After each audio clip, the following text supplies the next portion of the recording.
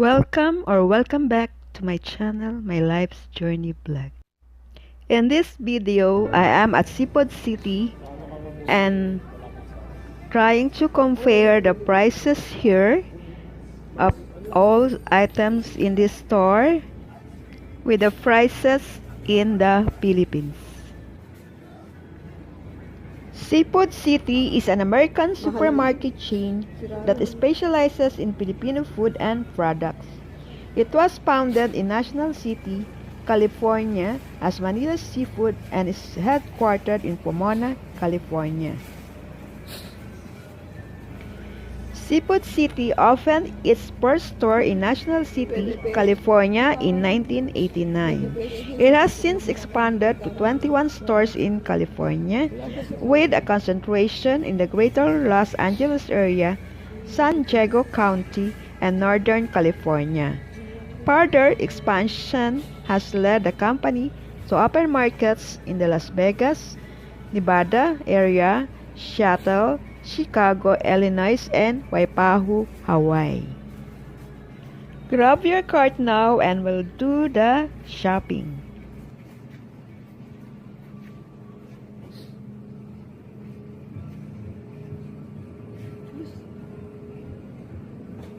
Bili guys ice cream.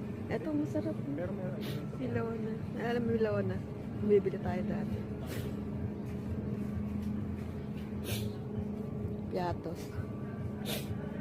Magkano yung piatos na $3.59? Oo. Favorito ko. May mango na rin dun. Walang orange. Ha? Yung sasabi niya, kala ko fresh meron dito. Wala. Kaya di ko nakikita. Wala talaga.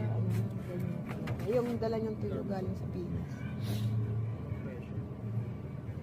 Galing Pilipinas yung dala niyong tuyo.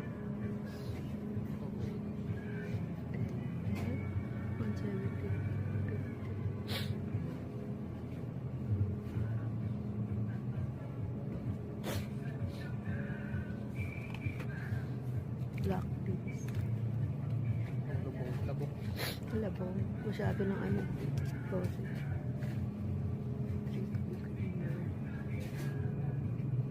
Sampalo.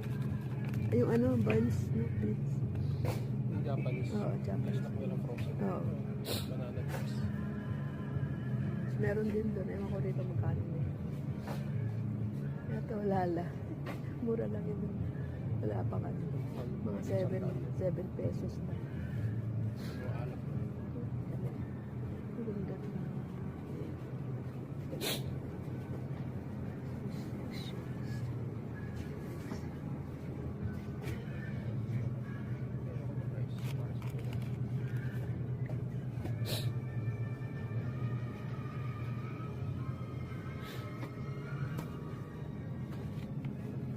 Masustansya pala yung ano, violet na corn.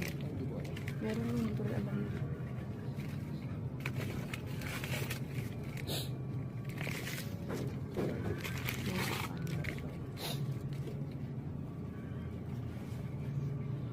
Ano, lalo na. Pampangas base. Tusino, mga ano. Kailangan mo isa-isa yung malaman yung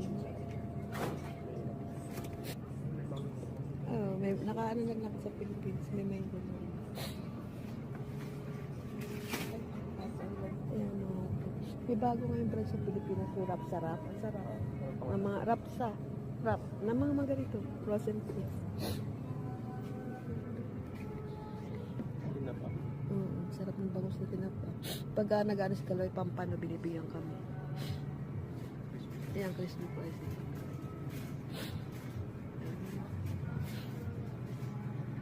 Yung dory fish, naalala mo dory fish? Dati gusto ko sa dory fish.